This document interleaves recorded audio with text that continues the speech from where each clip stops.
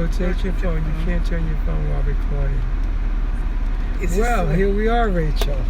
Here we are. My goodness, I'm going to take off my glasses because it's actually nighttime, isn't it? Yeah, you don't need them at this hour. It's been a long day. It has. It really has. We just finished doing a show with Leo and the Emancipator, and it was about the Harriet Tubman show with our dear friend Deborah Sheriff. Yes. And Michael was on camera, and Leroy was helping, and Tyree was helping. Leroy. There were several people. Hey, Denise, hello. So we're trying to get, like... We're probably upside down again. We don't know what we're doing. Oh, Michael, are we upside down? I don't know. We're constantly trying to get this right. I hope we're not upside down. How's Denise Justice? Denise Justice. Boy, I miss her. Oh, definitely. Denise, we miss you. I want to see some more new works from you. I have to look. Denise is like an awesome 1,000 artist. kisses. She really is. She's one of our favorites, and she's one of the loveliest people. Truly. From Stuart, Florida. Yes. And we miss her. We do. So we've been involved. Michael has a show on BNN, and we may have another show on BNN, which means we could really get more people involved, Michael. True. And we can interview people from maybe Stuart as well. Yep.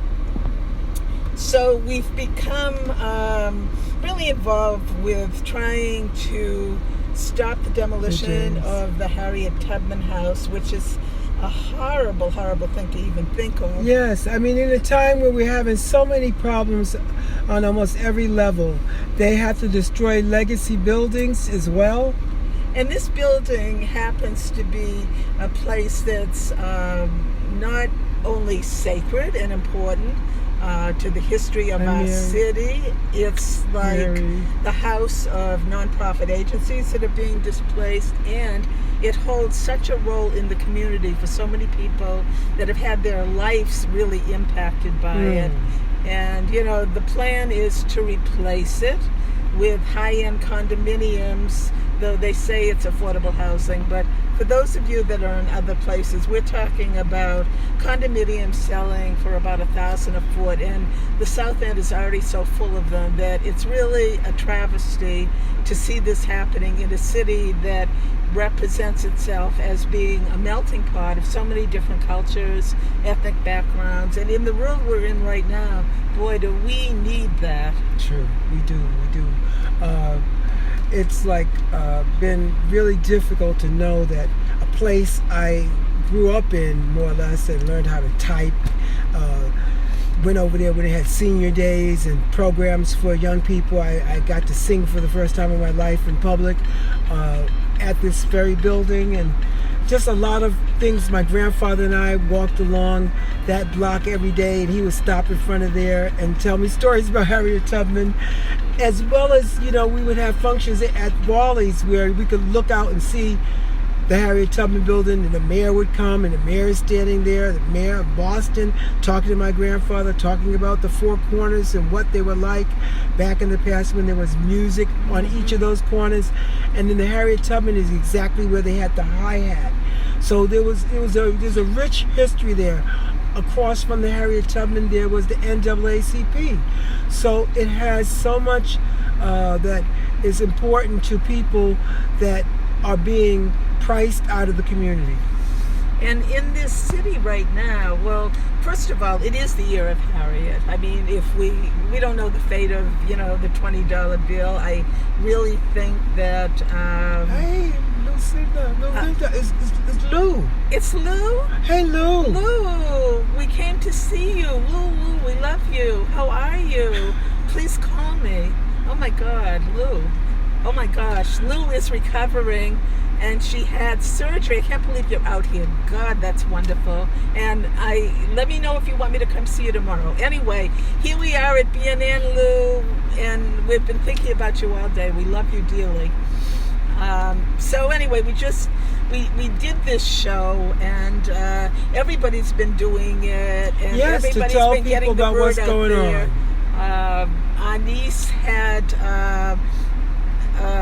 Lena. a meeting last week, which was really, really good. It was a listening session, and just to hear the stories of the people, a lot of them are people that are seniors that have been part of the Harriet Tubman House all their lives, and it's sort of one of the only places where people can have meetings, people can do art shows, and it just has served a community need for so many years. And from my other they used to serve lunches. Yes. They, so they fed people that were all, in need of, nutrition and, free food and sorts.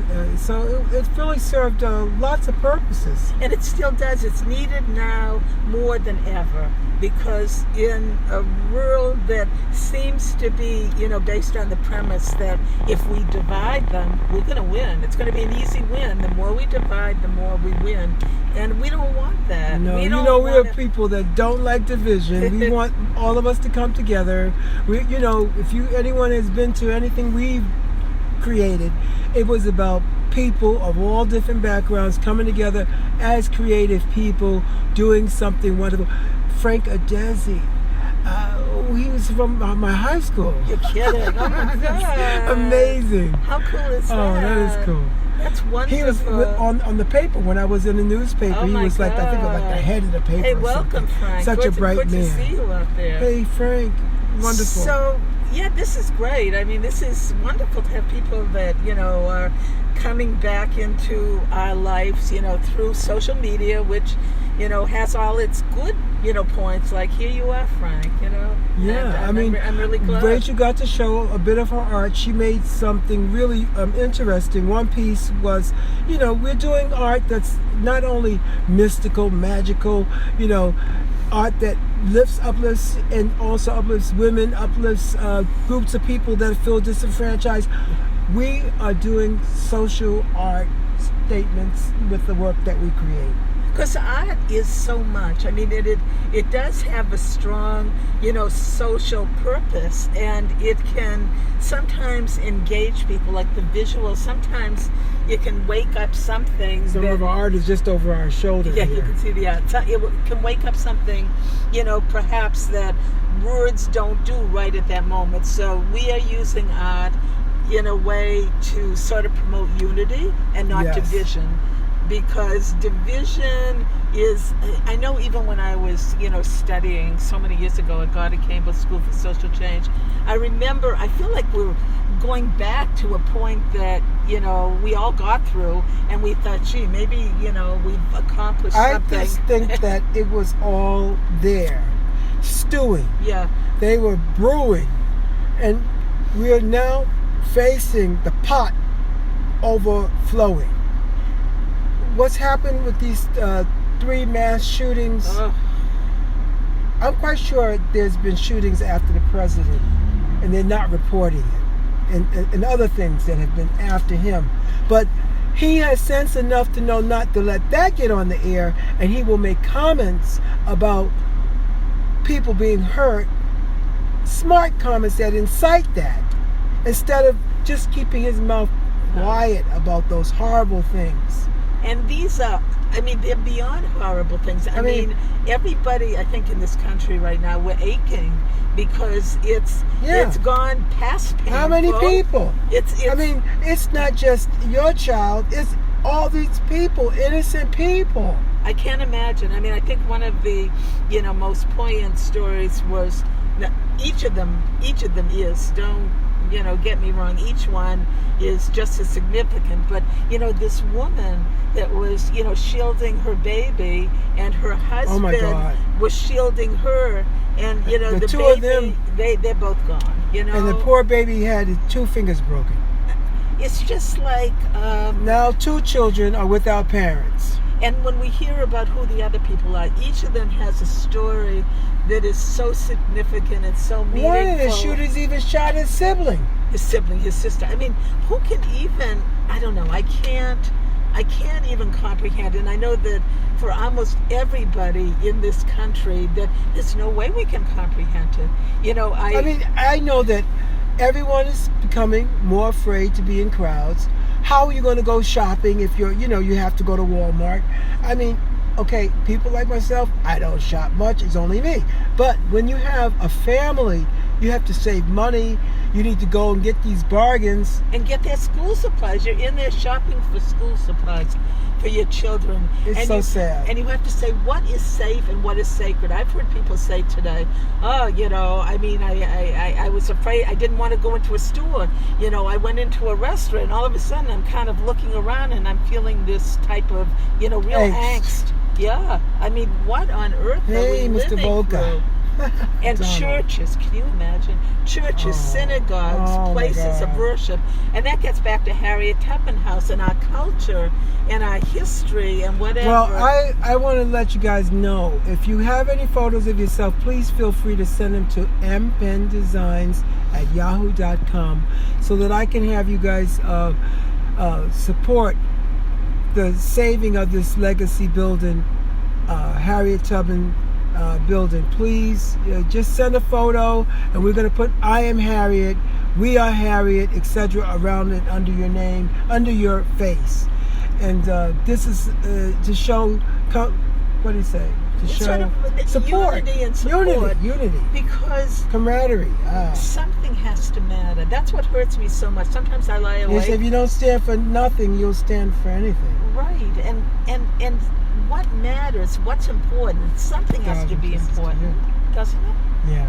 I mean, it's just, it hurts because these are the, you know, the places, the institutions, you know, the religious places, the schools. I mean, it has to end. We have to somehow stop the madness. Exactly. I mean, it's like, I don't even know what to say or think anymore because, you know, I said I'm not going to get into politics here, but it's getting uglier and uglier and uglier. Yeah, well, Rachel, I don't know how anyone today can act like there's not something happening. I mean, I'm sorry, folks. We are about the art, but art and social justice, they have to be both received. Right, and I think that, you know, for those of you that are artists and those of you that are, you know, in promoting the importance of culture. Oh my goodness, do we need your help? And we just say to you, it's not just the inner city problem. No. This is a problem for all the children to come. If we don't want our world to be limited, black or white, when you are being limited by this type of thing, something has to happen. And nobody can just act like we can go to the beach and act like nothing's going on. No. And I remember going back, you know, I think back of when, you know, I was, you know, studying women's studies, and then I taught it at Goddard. And I remember some of the things we read back there, and they were all about, you know, how capitalism would self-destruct because of the division between people. That, you know, the more you divide, the more that people have no voice. They can't protest. They can't let their voices be heard. I mean, how much money do these people need? And why must they make people fight amongst themselves? So we have wonderful people out there, and you all have such powerful voices. Give somebody a hug today. Yes. Hug your loved ones. And then reach out to somebody you don't know and try to make a friend. And we thank you all so much, and thank you, BNN. It's been great to, you know, work with the people there and to see. Thank God for public access television. You did a good job. Yeah, I was handling like 3 cameras today. He was good. You did a good job. These are all jobs that'll be obsolete soon. I'm just learning to have some fun. But it's important. So whatever your medium is, please, love your hearts too. Yeah, and we love you all, and we respect what you're doing, and let the creative world, you know, really grow and prosper, and keep our culture alive, and hopefully we can all make a little bit of a difference, because we are better than that. We are better than that. Thank you.